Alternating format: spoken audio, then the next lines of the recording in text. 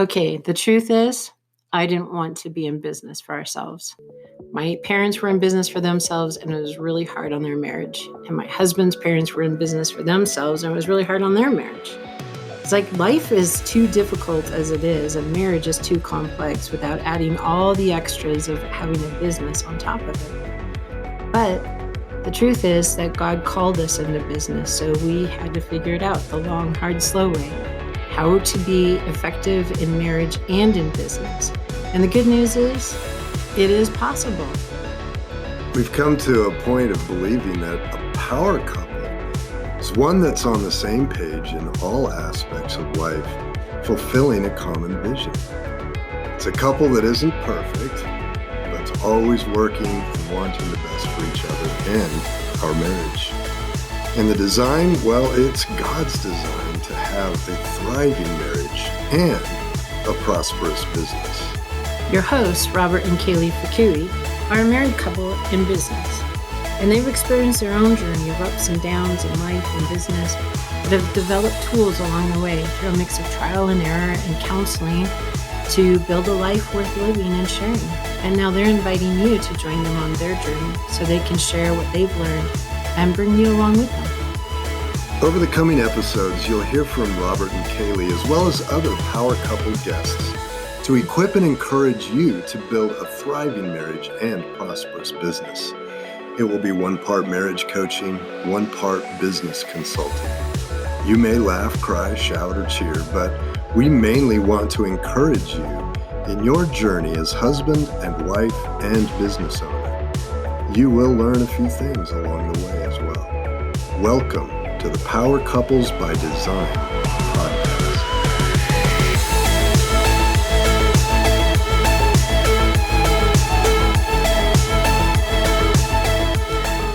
Hey, Power Couples, welcome back. And how many of you are tired of the word pivot? Boy, we've heard that a lot, haven't we? Hi, you guys. So this seems like it's the word of the year for business anyway, or actually for anybody, personal and business. I mean, pivot is the word that is probably the most common. Probably gonna need to look that up. It's probably the most commonly used word this year is pivot. And so guess what? We're gonna use it too. We're just gonna beat this dead horse to the ground. So the title of this episode is The 3 Secrets to Successful Business Pivots.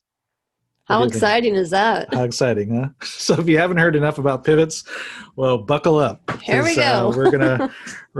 Well, hopefully this is something that some of this you've probably heard, but I hope a lot of this, what we have to cover, will give you the right context, because I think, pivot is to me, pivoting is something that you should be constantly doing anyway. A business should be constantly in that mindset of looking for a possible change in direction. It's not like you pivot all the time, but change in itself. Pivots are a form of a pretty drastic change for a business, right?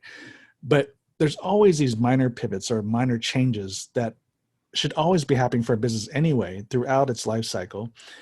And but too many times, we're so busy just doing the business that we don't recognize the need to make change. Yeah, I think you're right. We're not paying attention to the signs. And I mean, they're there a lot of times.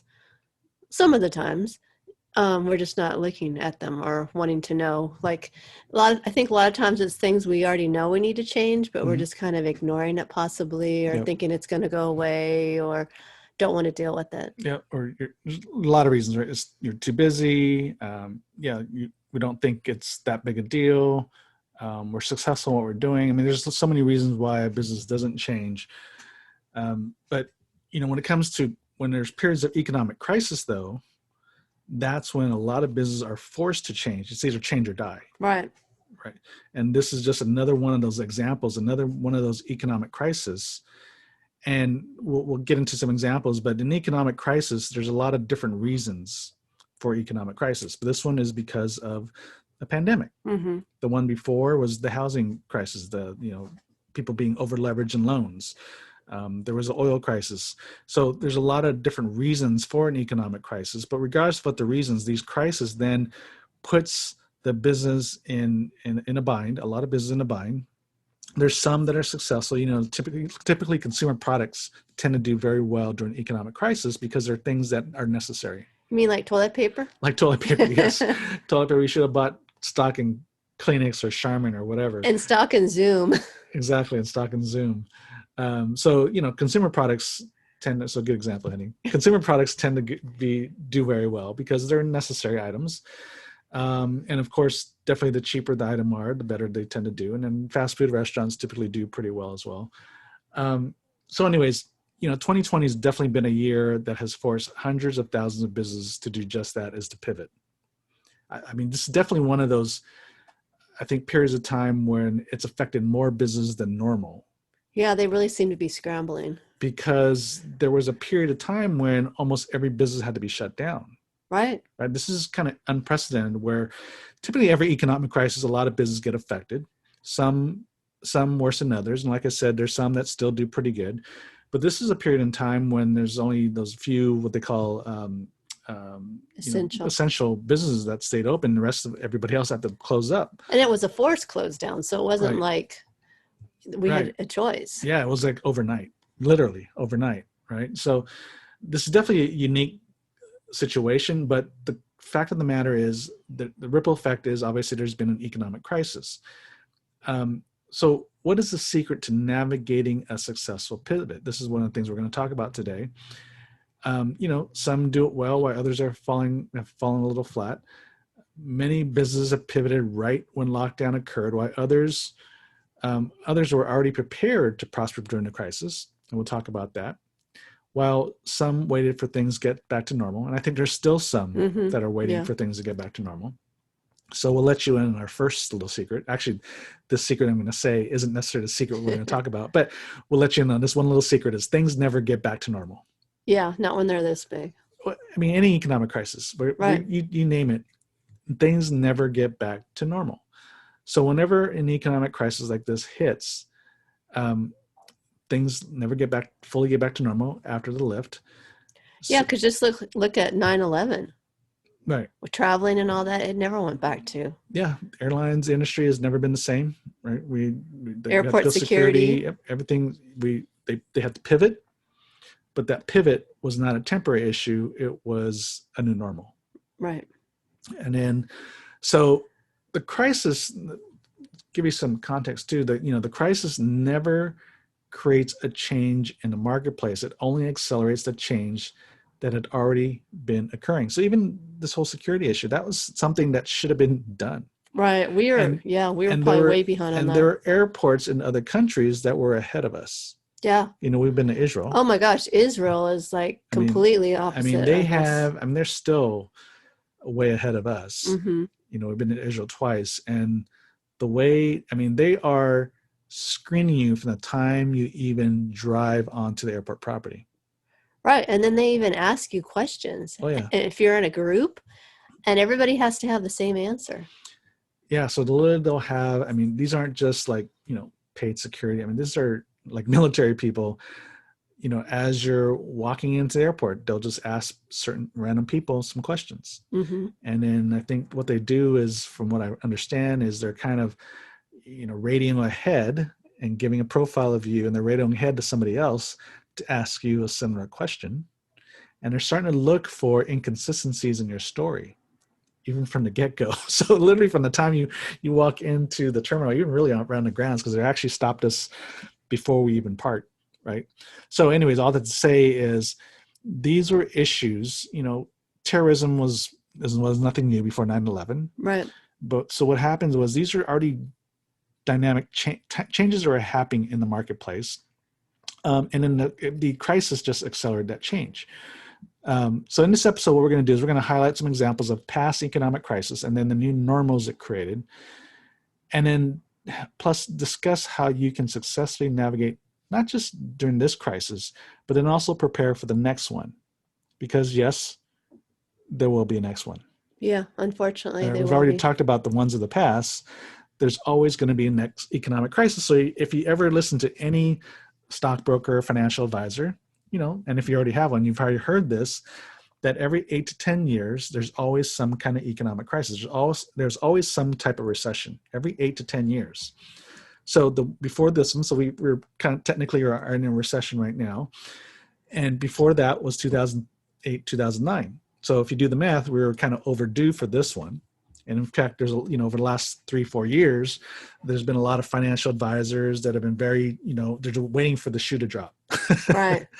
The doom and gloom. The world's coming to an end. And I mean, it just happens. If you just understand the financial markets, I mean, a recession is typically a correction of an overvalued market. And sometimes more than others, like Right. in the correction. Right. But the fact of the matter is it just tends to happen. But the cause of them, a lot of times are, you can't predict the cause. Right. I mean, certainly we didn't predict the cause.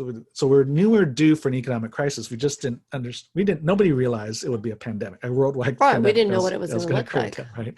So all that to say is you always got to prepare for the next one. So we're going to talk about how do we get through this period, but then also prepare for the next one. So like I said, the crisis exposes the weakness and accelerates change that's already happening. So the crisis just really exposes the inherent weakness in a business and then accelerates the change that's already happening. So to be prepared for the next crisis, every business needs to be in tune with the changing market dynamics constantly. And this isn't just to prepare for the next crisis, but this is just good business practice, is to be in tune with the change in market dynamics. There's changes in technology. There's change in consumer behavior, consumer demand, what things people need, right? So there's always constant change, but typically the change is very, is kind of slow, but it's constant. And do we really pay attention to that stuff? Right. And so, and like I said earlier, typically in business, we're so busy running the business that we don't stop and notice a change and ask ourselves, is this something we need to address? Right. Right. So the reasons for economic crisis will differ, but it always creates a change in the way business is done. So let's go back some of the economic crisis we kind of talked about. So in 1973, 74, there was an oil crisis. So what were some of the changes that came out of that was, compact cars. Sales of compact cars started going through the roof. Yeah, because people need to conserve gas. Right. Right. More fuel efficient. Right. So now the compact car wasn't new, but oh no, they've been in Europe for in Japan, who knows how long. That's where like Toyota, Nissan, they really started to accelerate in the world market is during the oil crisis. So these are nothing new, but here in America, we were so used to our big muscle cars.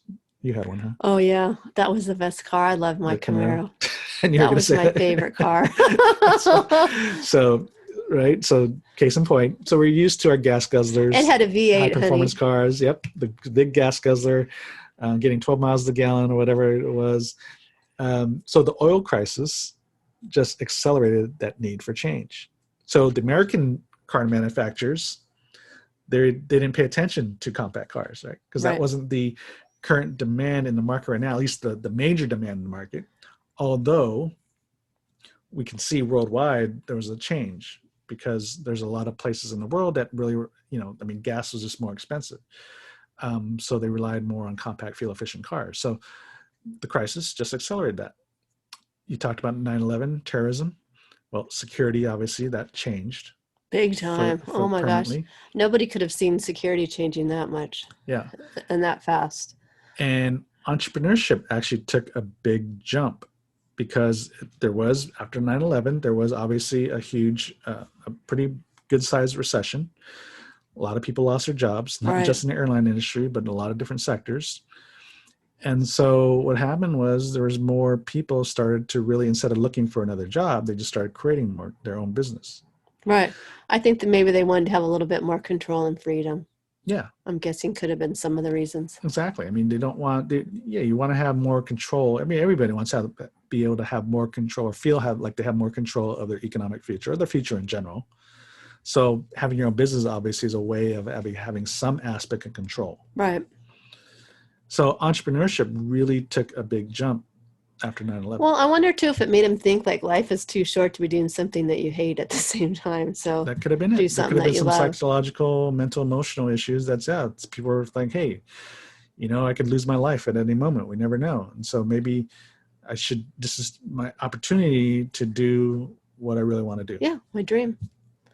And of course, the Great Recession, people were just over leveraged. The reason was that because the lending industry was just so liberal that they would literally lend you money as long as you're breathing. You didn't have to show any job history or credit history. I mean, they had what they call as no document loans, which literally meant you don't have to document anything. You just need a name and social security number, and they would issue a loan.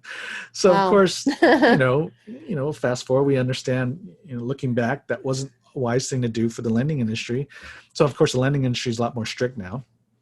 But obviously that led to the largest economic pullback since the Depression. So of course, a lot of people lost their jobs. Right. And similar to 9/11, this rise in entrepreneurship, well, the kind of similar thing happened where people were not necessarily creating new businesses per se, but they were becoming, I guess, self-employed or being 1099 workers.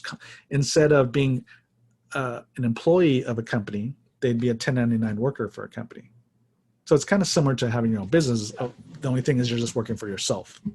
So what that did was that created an acceleration of the gig economy, of having contract workers, contract employees, not employees, contract workers. So of course, contract workers have been around. There's always been business consultants, business coaches, contractors. You think about the person that builds your house or does work around the house. There's always been contract workers, but the growth in that after the Great Recession really accelerate in a lot of different sectors. So that market really grew. Yeah, I mean, you could be an administrator. You'd be someone that can be like a contract assistant for a CEO. You can be a contract marketing person, even contract CEOs. I mean, there's been a rise of contract CEOs and CMOs and CFOs. There's even now there's called fractional CMOs. Yeah, you see a lot more of those and now than you used to. Fractional CFOs, right? So there was a huge rise in the gig economy. Stuff was already occurring, but the recession, because a lot of businesses were wanting to pull back and reduce their overhead, and that's one way they were able to reduce overhead, by having more contract workers as opposed to more W-2 employees. Does that make sense? And of course, the iPhone debuted in 2007, the year before the Great Recession happened. And I mean that business obviously took off because now people were, there was, with the recession, of course, people's discretionary income for entertainment was lower. Mm-hmm. The iPhone created a lot of good entertainment. I mean, all the apps, and now you can tune into YouTube and even have all these different entertainment apps, games, and so forth. Of course, Movies. Social media. Yeah, exactly. All from your phone. So, and then now, fast forward to today, 2020, the pandemic, the reason for this latest economic recession. So now what has happened? What changes accelerated? Virtual anything. If I want to summarize it, it's like virtual anything. No touch anything. It's kind of what's accelerated.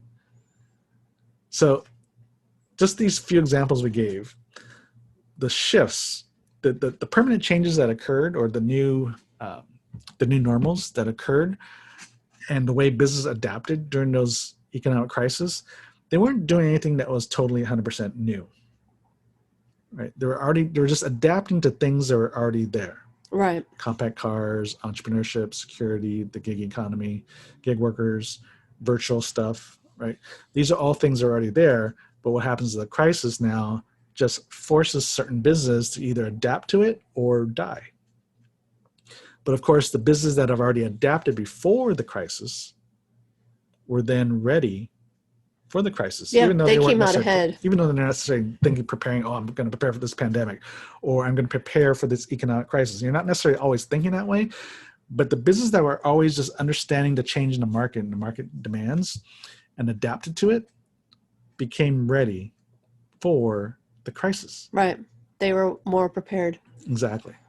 So I know you had some examples. I mean, even in, there's a number of examples, even in the restaurant industry. Because that's front and center in all the news. Yeah, because I know like one of my favorite restaurants when I was in Ventura County, well, I think we have one here too, is Wood Ranch. And they had, years ago, they had their own parking slot that said Wood Ranch pickup, and back, and you pay, you order your food, you drive up to the parking slot, and then they bring it out to you. I mean, but that was like years ago. So they were like a really early adapter on that one. Yeah. So of course, once the shutdowns happen, the businesses that are already doing takeout, delivery, and even curbside pickup, they were already set up to do it. Right. So when this happened to them, it was a smooth sailing because they had already been doing it in the smooth past. sailing. They lost the in-store in restaurant dining. Well, as far as they were able to keep the curbside pickup. Yeah, they were able to keep business going. And the ones that had none of them, obviously you had to really figure out. They're scampering around. Yeah, a lot of them were just trying to figure out, are they going to adapt to this or just wait it out for things to come back to normal? Right. And unfortunately, some are still waiting. Yeah. But many have adapted, even the high-end restaurants that didn't do takeouts before, delivery before. Now I'm seeing Fleming's Steakhouse is, they have a big sign to go. Yeah, I think a lot of them are, and you can get wine too. Yeah. You can get your meal paired with your wine.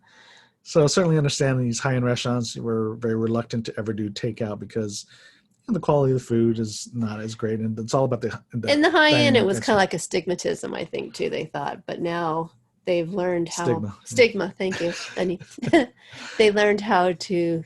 Well, it's all about the in dining experience, right? The presentation and all that the kind of service. Stuff. The service. So obviously, you don't get on any of that when you're doing takeout delivery, and the quality of the food does kind of diminish, from the time you get it home. Right. So I understand that, but at the same time, they were losing a big market for people that did want to do takeout. They wanted to have their favorite steak and food, but maybe didn't necessarily want to be in the restaurant. Yeah, because we went to your favorite restaurant, one of your favorite restaurants, a couple weeks ago, and here right now, if it's not a patio, they're not open unless you're doing curbside or takeout. Mm-hmm. And they had people picking up their Celestinos. Yeah. So one of the things, as far as so this is an example of a type of business that's been adapting. But what you also got to start thinking through is adapting for the long term. Right. So which means, you can have outdoor dining now. What happens when the rain comes? Yeah, are we going to get rain? I'm sure we're going to. It's a matter of time. So, kidding. You got to start thinking about those things, thinking about the winter. Yeah, hand out umbrellas to everybody as they're eating. Well, they have little umbrellas up right now, but obviously not enough to protect you from a big rain. Well, yeah, and there's other places that get a lot more rain than us here too in LA. So yeah, so you're gonna have to think about having a little bit more better covering. Right. Well, I see people putting up tents, like those wedding tents, in parking lots. Exactly.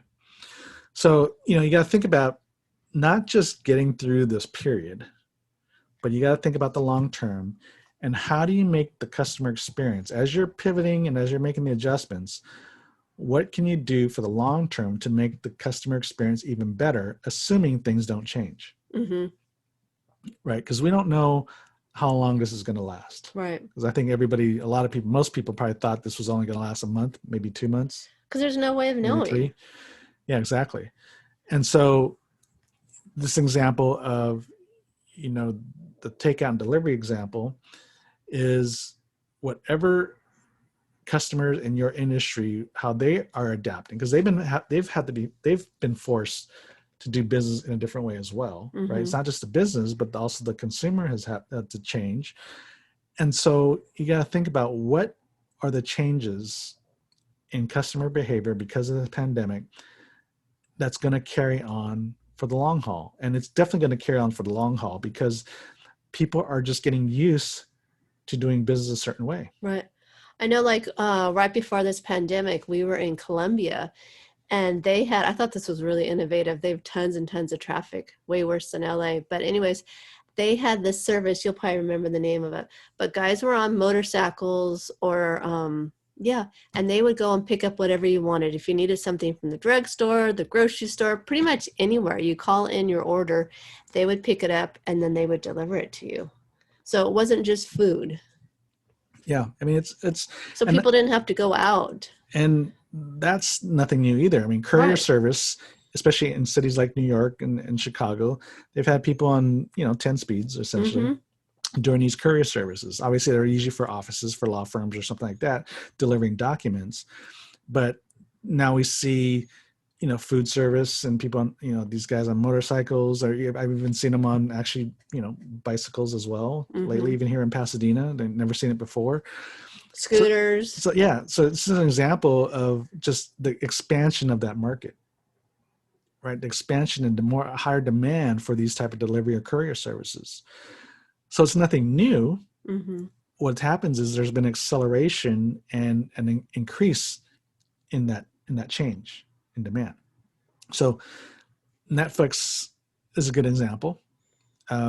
Obviously, before the Great Recession, Netflix was around. But during the recession, I mean, they really exploded. Oh, yeah. People are binging like crazy. Well, now I'm talking about, now, but I'm also talking about during the Great Recession, 2008, 2009. Gotcha. Where that's when you saw an explosion of Netflix market share. Why? Because it was a one price per month. It was a membership base, right? You get your movies in the mail. And you didn't have to pay per movie, you paid for a month as a membership. So that was a huge cost savings for families. And you didn't have to go anywhere. You didn't have to get the kids in the car and, go pick out what you wanted. Yeah. And of course now, I mean, with on demand, it's a different explosion. But yeah, back then, what happened was what was the adaptation was, what was Netflix was already in position. They didn't start during the Great Recession. They were already started. They capitalized on the change in the technology to be able to do this mail order service. And then they went to membership base as opposed to pay by movie. Right. Right, like Blockbuster did. Yeah, you pick it up and then you take it back and return it and get a certain amount of time. Yeah, you're paying $3-4 a movie. So you rent 3 or 4 movies a month, and you're going to be paying more than Netflix membership. So of course, people with families, I mean, this is great because the kids can watch as many movies as they want every month, and still they pay the same price. So it was a huge cost savings for families, and especially during the Great Recession. I mean, it was a huge cost savings. Is great. So of course, you see a big shift in the market share from Blockbuster to Netflix. Right. And of course, Blockbuster was very slow to adapt. They felt that they have all these investments in all these stores all over the country. They're a huge name. You kind of, when companies get so big, sometimes they don't think they can be affected. Right. They'll be around forever. They'll be around forever. But 2 years later, in 2010, Blockbuster closed up. Right. So they couldn't survive that. And of course, the Great Recession just accelerated that change in demand that was already happening, of having that mail-in service, of taking advantage of something like Netflix that really provided a great solution.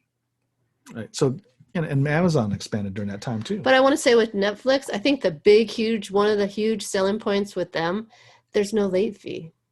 Because how often do we return a movie that's late and then you got to pay a fee? I'm sure they made tons of money on late fees. But Netflix, you could just return it whenever you wanted. Yeah, you just didn't get the next movie until you returned it. Yeah. So So I mean, there's huge cost savings because you're not paying per movie; you're just paying a membership, the same price every month, and then of course no late fees. Yeah.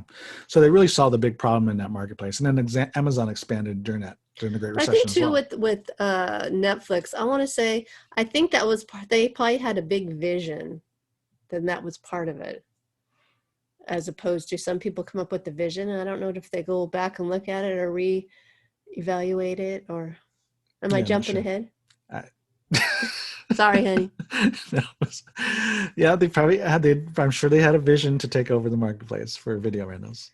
Well, exactly what that was going to look like. Yeah. Okay.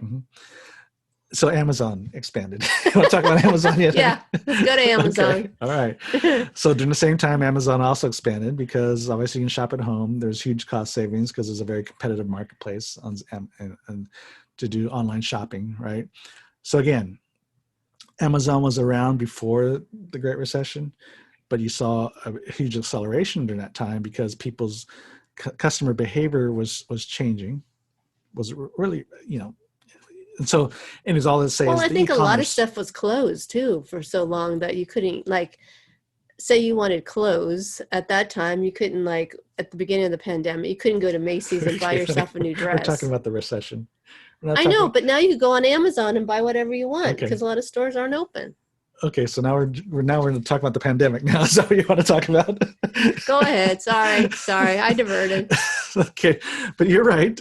Yes, moving fast forward to today, because retailers were shut down during the pandemic, that obviously Amazon did very well. But what I was mentioning was during the Great Recession, because of the economic crisis that happened, that Amazon really exploded during that time because we had much more competitive prices in the marketplace and you can shop online. Right. Convenient. You can get anything. All right. So did we get through that? See how we work together sometimes? We never know where things are going to go. Yes. So moving forward. So let's move forward to today, since that's where you want to talk about. So we want to talk about today. So let's talk. Let's end. We're gonna land this plane, and we're gonna talk about the latest trends going on right now in consumer behavior or just market dynamics in general. The gig economy, that was the Great Recession thing. Now it's virtual employees. Online training versus physical training. Online shopping, delivery service, digital training for do-it-yourselfers. I mean, basically, you name it. Anything that minimizes physical contact. Don't touch me.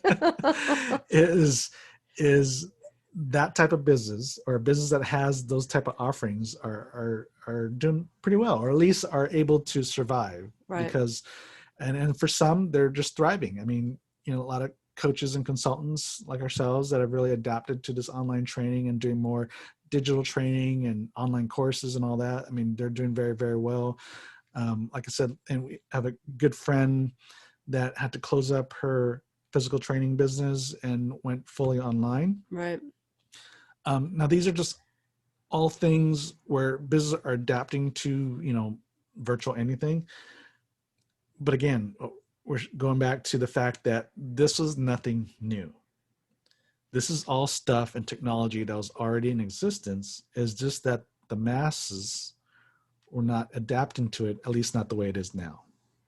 Now, of course, a lot of people didn't think we'd ever have to deal with this kind of stuff. But the fact of the matter is, you got to pay attention to the changes in the marketplace. And so the ones, there's businesses that are already doing more virtual employees anyway. Well, you've been doing that for, I don't know how many years. Well, yeah. I mean, in the pharmaceutical world, the sales people work from home because it wasn't efficient to have an office anyway, because our territories were so large that for some, depending on where you are in the country, you'd have to literally fly to the office and then go fly back out to get into your territory. So when Hawaii was your territory. Yeah, so it didn't make sense to have an office where all the salespeople would come and meet and then go out in the field again, because it would just kill so much time. So we weren't, I guess you can consider us kind of virtual employees in a sense, because we did work virtually. We never really had to go into the office for the most part. But there's also a lot of tech companies that are doing virtual employees. Right? But there's a lot of companies that really resisted that because they really felt they lost control. Mm-hmm. So they didn't do that. But of course, fast forward to now, they were kind of forced to doing virtual employees. Now they're seeing that it works. And you see in the school systems, and they're really struggling with this.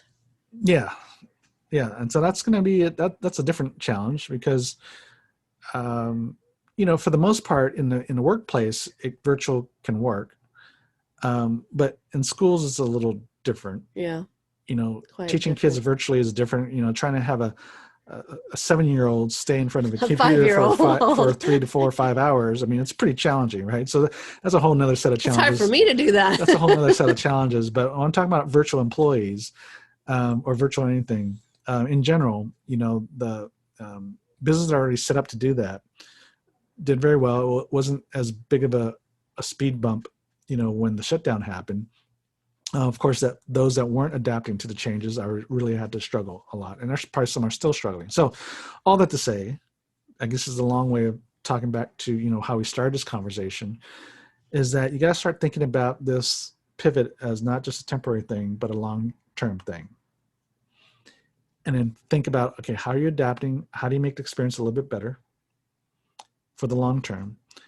And then even after this period, 2021, 2022, is you got to always be in tune with the changes in the market.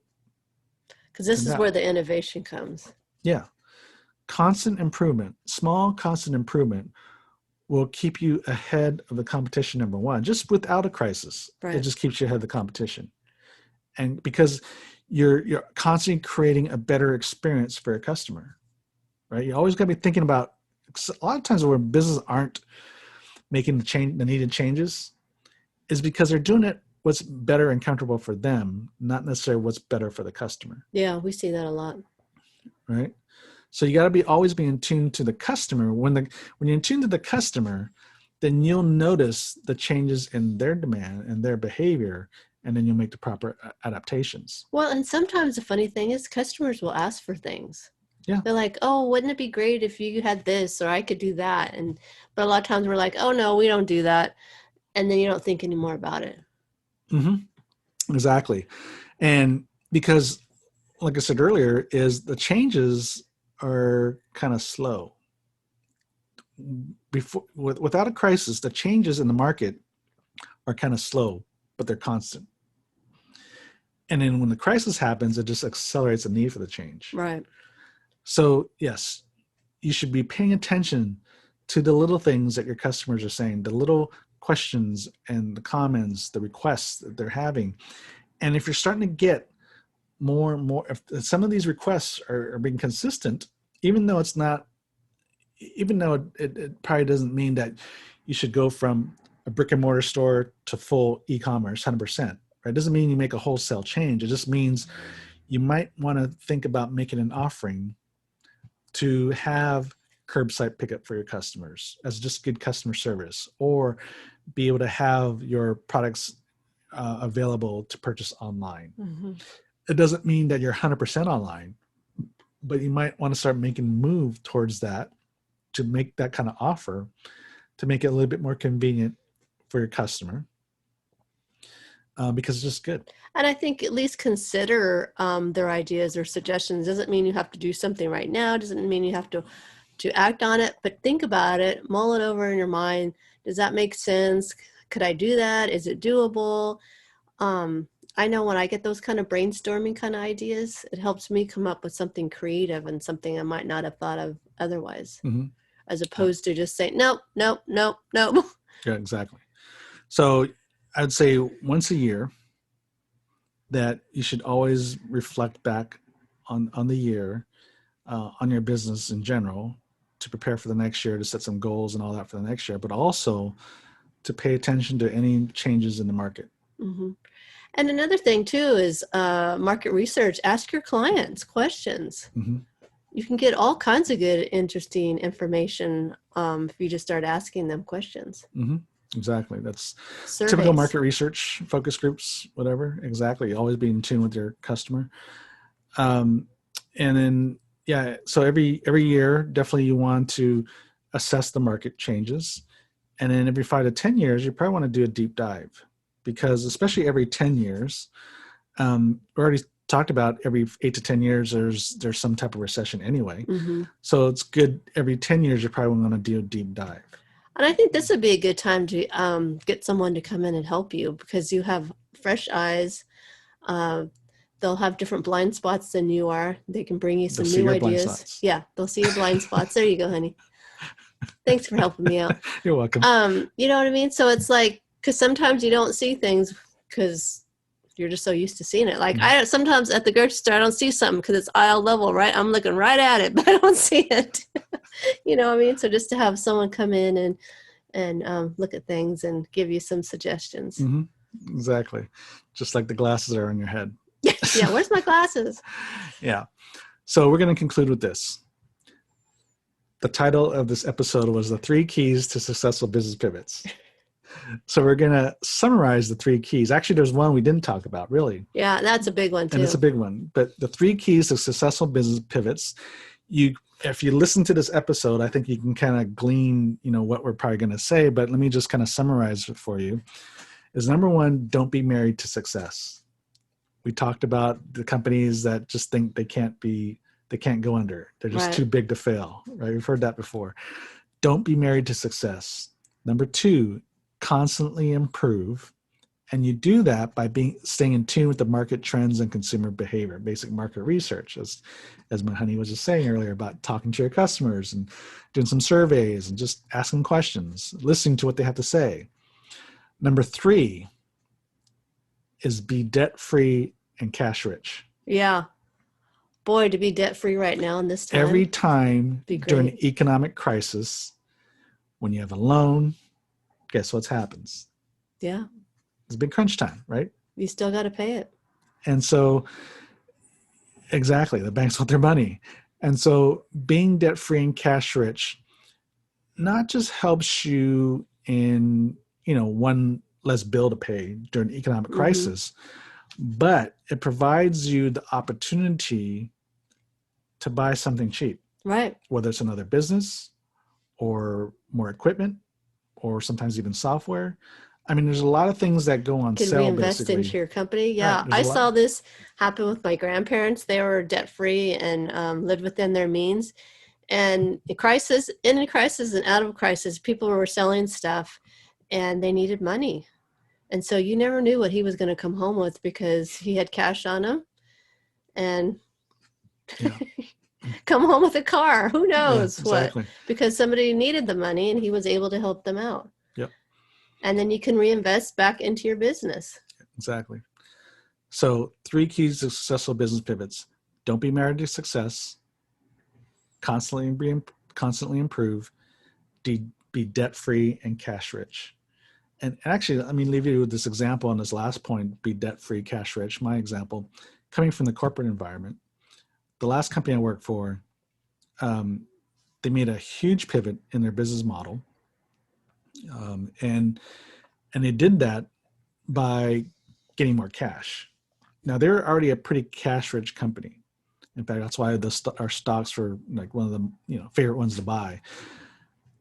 But they were noticing the trend towards more research in immunotherapy. Now, I worked in the cancer division of our company, and chemotherapy is a traditional treatment, and then we went to biologics, and then within that, a lot of research was moving to immunotherapy, basically recruiting the body's immune system to fight the cancer, right? Just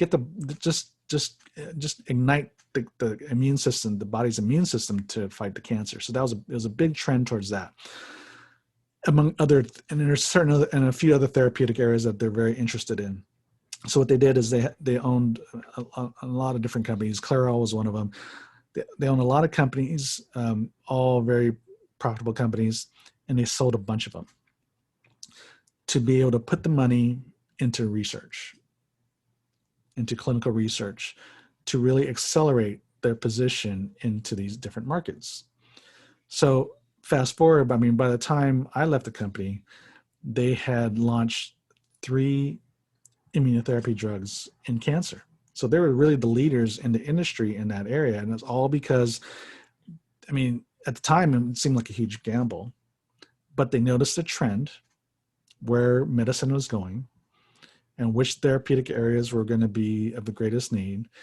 And they just stockpiled cash to put more money to invest into the business, basically. And it paid off. And so they weren't married to success because they're already a successful company. Always were looking to constantly improve. That's kind of, I guess, what, we bring to our family businesses is because these are all things you can always act like the big companies that have been around for 150 years. And these are 3 key areas: is to not marry to success, constantly looking to improve, but then piling up cash to look for those opportunities to invest back in the company. So, anyways, I think that's a good summary. What do you think, Annie? I think so too. This was a fun one. All right. Well, everyone, we pray and wish you much success. Yes. During this time, but not only just for this time, but for the future. Yes. And if you take some of the things we talked about today to heart, you're going to set yourself up for not just long-term success in your lifetime, but many lifetimes. Yes. Be proactive. All right. So anyways, thanks for tuning in. We wish you well. And we'll talk to you next week. All right. All right, Power Couples. God bless. Bye. Bye.